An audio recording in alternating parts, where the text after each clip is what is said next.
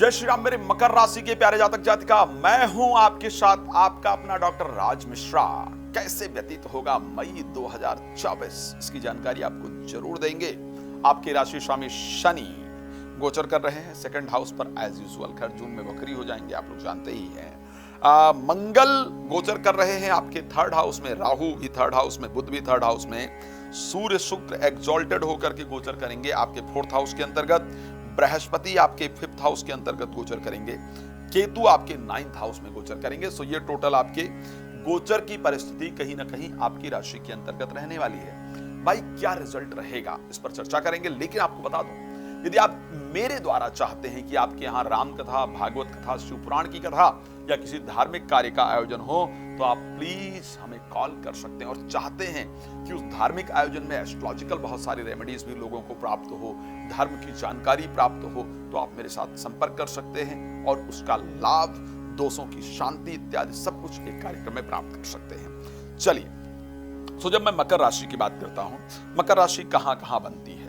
मकर राशि के अंतर्गत स्पेशली अगर देखा जाए, मकर राशि बनता है उत्तराषाढ़ा नक्षत्र के अंतर्गत, जिसके स्वामी है सूर्य, श्रवण नक्षत्र जिसके स्वामी है चंद्रमा, सूर्य, चंद्रमा और मंगल, तीन प्लैनेट, जहां पर धनिष्ठा नक्षत्र जिसके स्वामी है मंगल, सूर्य, चंद्र और मंगल, तीन ग्रह मिलकर के और स्वामी शनि, चार ग्रह स्पेशली मिलकर के जो बनाते हैं वो बनाते हैं मकर राशि को।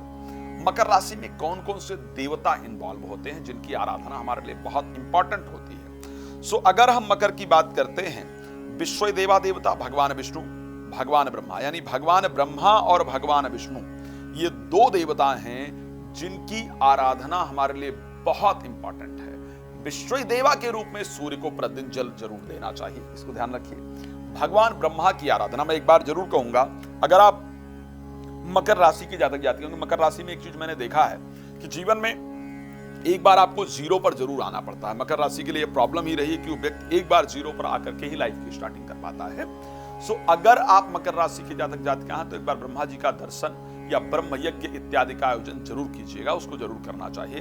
भगवान विष्णु की पूजा, यानी प्रत्येक बृहस्पतिवार केले के पेड़ के नीचे दिया जलाना या भगवान विष्णु का स्मरण करना या भगवान विष्णु की कोई फोटो, मूर्ति इत्यादि अपने घर में लगा कर रखना, ये फायदेमंद होता है। चलिए अब बात कर लेते हैं कि आपके लिए क्या परिस्थिति रहेगी मकर राशि के लिए। सो आपके राशि स्वामी सेकंड हाउस में गोचर कर रहे हैं। सबसे सुंदर जो होने जा रहा है ना इस वर्ष, इस महीने में सबसे सुंदर जो मुझे लगा आपके लिए, एक तो सूर्य का और शुक्र का फोर्थ हाउस में गोचर करना, बृहस्पति आकर के फिफ्थ हाउस में पहुंच जाएंगे, तो जो मकर राशि है उसके लिए संतान प्राप्ति का, संतान के जीवन को लेकर के चल रही चिंताओं का जो एक संयोग चल रहा है वो आपका दूर होने वाला है इस महीने। विद्या अध्ययन में बहुत अच्छे से मन लगेगा, संतान को सरकारी नौकरी प्राप्त हो जाए, कुछ अच्छी प्रतिष्ठा प्राप्त हो जाए, कुछ अच्छा संयोग प्राप्त हो जाए, इस प्रकार की परिस्थिति है। अपने जीवन को लेकर के कुछ बहुत महत्वपूर्ण डिसीजन आपको इस महीने में लेना पड़ेगा, इसको ध्यान रखिएगा।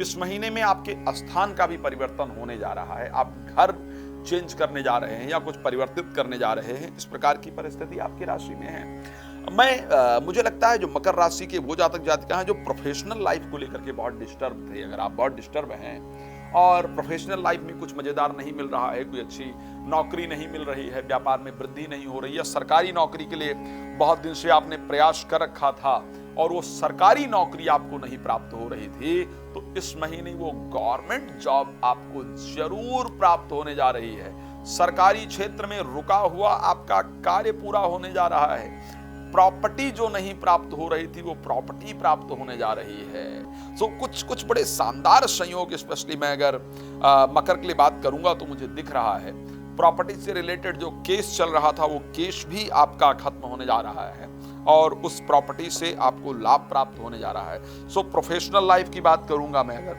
प्रॉपर्टी की बात अगर मैं करता हूं, संतान से रिलेटेड चीजों की बात करता हूं, मित्रता की बात करता हूं, तो यहां सब कुछ बहुत बेहतरीन दिख रहा है। लेकिन इस महीने धार्मिक यात्राएं नहीं होंगी, इस प्रकार का संयोग है।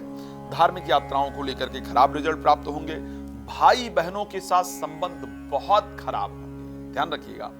भाई बहनों के साथ जो रिलेशन है वो रिलेशन बहुत ज्यादा खराब होगा, उनके साथ परिस्थितियां बहुत प्रतिकूल होंगी। इस प्रकार का कंडीशन आपकी राशि के अंतर्गत पूरी तरह से दिख रहा है। तो भाई बहनों के साथ रिलेशन के लिए दिक्कत है। जिनको भाई बहन जैसे मानते हैं या मानती हैं, उनके द्वारा धोखा इत्यादि इस महीने मिलेगा। इस प्रकार का संयोग है, तो सावधानी रखिएगा। जल्दबाजी में कोई भी कार्य करने से आपको बचने की आवश्यकता पूरी तरह से है, ये ध्यान आपको रखने की आवश्यकता है। खैर भगवान कृपा करेंगे, एक और बड़ा सुंदर राजयोग बनेगा आपके लिए। मतलब ज्योतिष शास्त्र के अंतर्गत कहा जाता है, किसी भी परिस्थिति में अगर केंद्र और त्रिकोण का संयोग बनता है, पंचम और नवम और दशम का कहीं एक साथ संबंध बनता है, तो इससे बेहतरीन राजयोग नहीं कहा जा सकता है।